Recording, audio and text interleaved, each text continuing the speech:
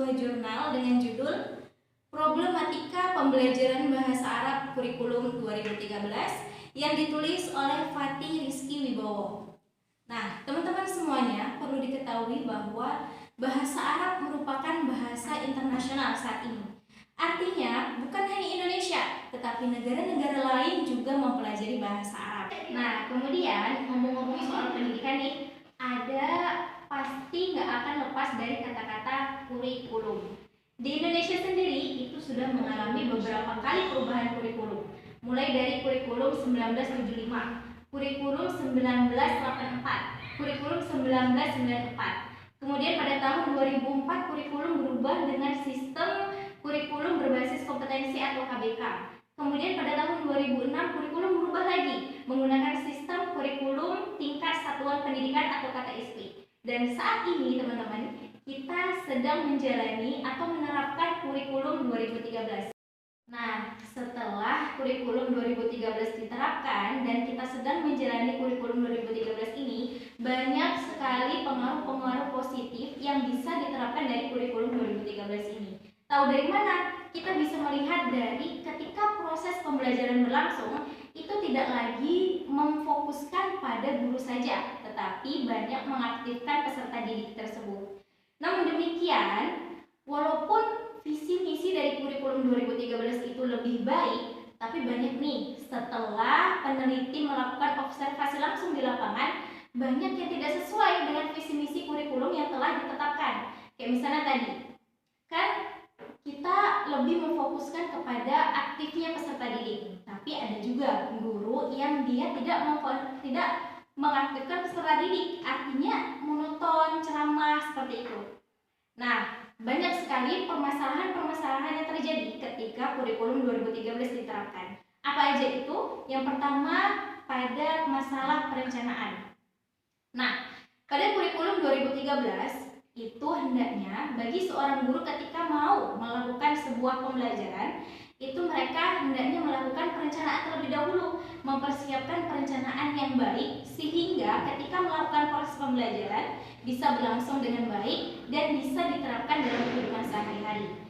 Kayak misalnya RPP, kemudian silabus. Ini merupakan dua komponen penting yang harus ada ketika pembelajaran berlangsung.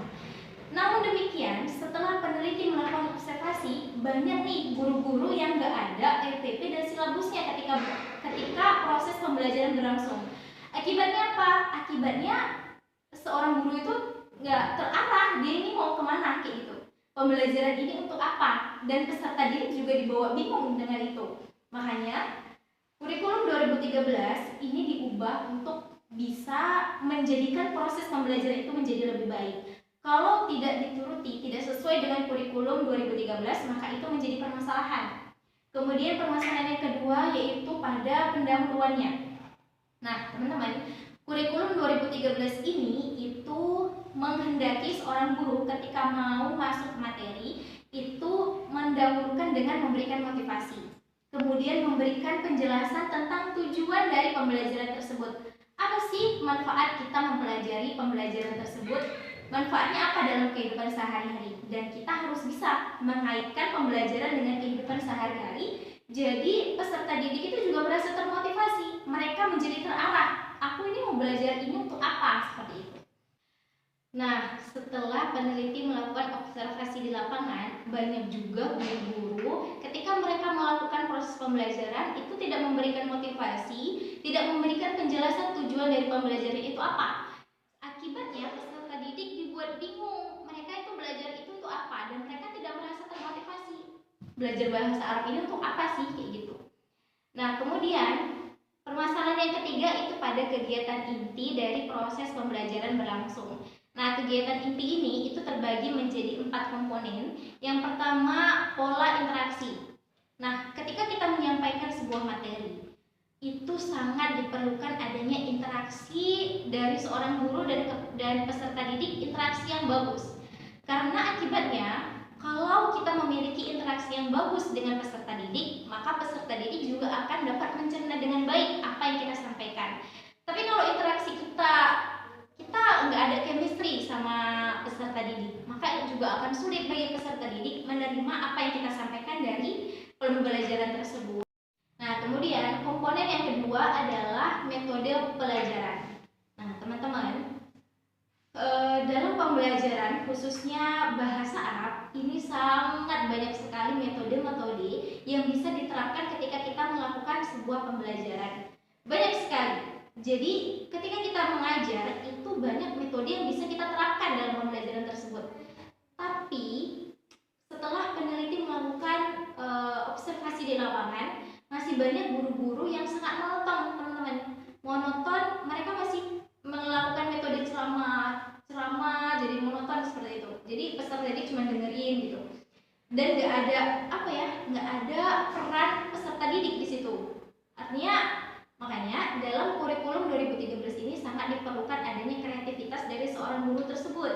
Kalau gurunya, karena keberhasilan dari sebuah pembelajaran itu juga tergantung dari gurunya. Kalau gurunya bagus, metode yang diterapkan itu bagus, maka tujuan pembelajaran, hasil dari pembelajaran itu juga akan baik. Kemudian yang ketiga adalah media pembelajaran. Nah, kita sebagai pendidikan bahasa Arab, jurusan pendidikan bahasa Arab, kita tahu bahwa bahasa Arab itu banyak memerlukan adanya media pembelajaran, mulai dari audio, kemudian lab bahasa, itu adalah sangat penting untuk mencapai keberhasilan dari pembelajaran tersebut. Tapi banyak nih sekolah-sekolah yang masih belum ada lab bahasa, masih belum mempunyai audio, kemudian masih belum punya LCD proyektor. Itu nggak termasuk dari kurikulum 2013, nggak mencapai standar kurikulum 2013, maka itu menjadi permasalahan di lapangan. Kemudian komponen yang keempat adalah penilaian. Nah, kurikulum 2013 ini memang banyak sekali penilaian yang harus dinilai oleh seorang guru.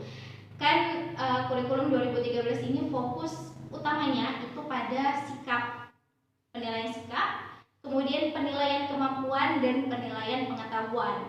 Dan ketiga komponen ini itu dinilai per KD. Makanya setiap per semester itu guru merasa kesulitan dengan adanya penilaian karena penilaian dilakukan per KD.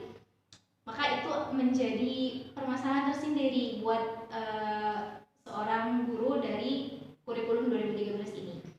Nah, permasalahan yang keempat adalah sumber daya manusia atau SDM.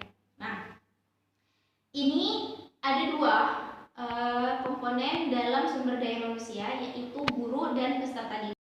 Nah, guru sangat diharapkan dalam penerapan kurikulum 2013 ini menjadi guru yang profesional, guru yang bisa sangat menguasai materi yang ingin dia sampaikan dan bisa mengaitkan materi tersebut dengan kehidupan sehari-hari. Namun banyak guru-guru bahasa Arab yang mereka masih belum paham penerapan kurikulum 2013 ini itu seperti apa. Jadi mereka masih banyak yang belum bisa mengaitkan materi dengan kehidupan sehari-hari, dan juga banyak nih masalah-masalah guru bahasa Arab yang ternyata itu nggak sesuai standar. Kayak misalnya guru bahasa Arab, cuman ketika dia menulis di papan tulis itu tulisannya kurang bagus, sehingga membuat peserta didik ketika melihat itu mereka dibuat bingung sehingga membubarkan kefokusan mereka. Itu adalah permasalahan. Kemudian ada lagi nih guru yang ketika melafazkan huruf-huruf hijaiyah dalam bahasa Arab itu banyak yang keliru. Misalnya kayak pengucapan huruf ain. Nah, itu banyak tuh guru bahasa Arab yang mengucapnya dengan ngain. Nah, itu kan keliru dan itu akan berdampak pada peserta didik.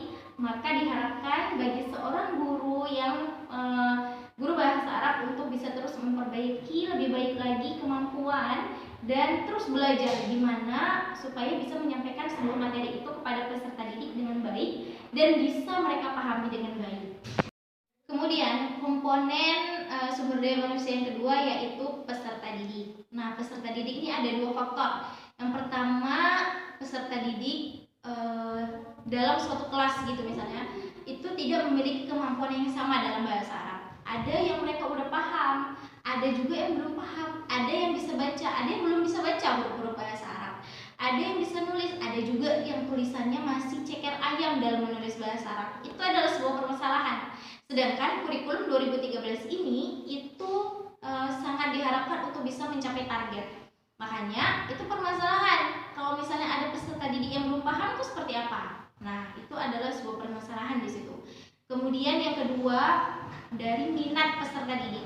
Ada juga nih peserta didik yang dia nggak berminat untuk belajar bahasa Arab, sehingga motivasi sebesar apapun yang diberikan itu mereka tetap tidak berminat. Makanya sebagai seorang guru itu di kurikulum 2013 ini selalu menerapkan harus memberikan motivasi dan memberikan kaitan terhadap kehidupan sehari-hari supaya dia bisa menerapkan dan bisa mengaitkan dengan kehidupan sehari-hari. Baik, mungkin itu review dari saya secara keseluruhan. Kemudian saya akan memberikan mengomentari kekurangan dan kelebihan dari jurnal ilmiah ini. Yang pertama dari kelebihan, setelah saya baca-baca itu bahasa yang digunakan sangat jelas. Ketika saya baca saya paham apa maksud dari ini, apa maksud dari ini. Jadi penjelasannya sangat padat dan jelas.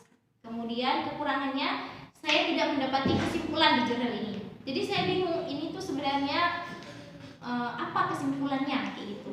Jadi mungkin lupa atau seperti apa, nggak ada kesimpulannya. Baik, mungkin itu aja. Intinya adalah kenapa kurikulum itu terus berubah. Tujuan utama dari kurikulum berubah itu adalah untuk memperbaiki lebih baik lagi dari proses pembelajaran yang ada.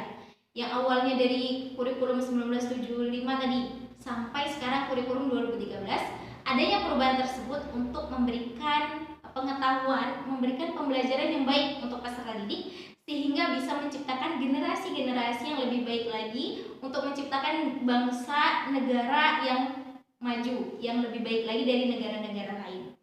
Dan inti utamanya adalah bahwa setiap apapun yang diciptakan, Allah aja menciptakan makhluknya itu nggak ada yang sempurna, apalagi manusia menciptakan sesuatu itu pasti juga masih ada kekeliruan, masih belum sempurna. Jadi jangan jadikan kesempurnaan itu menjadi sebuah hal-hal yang harus kita hina, yang kita ejekkan, tetapi jadilah kesempurnaan itu untuk bisa terus memperbaiki satu sama lain.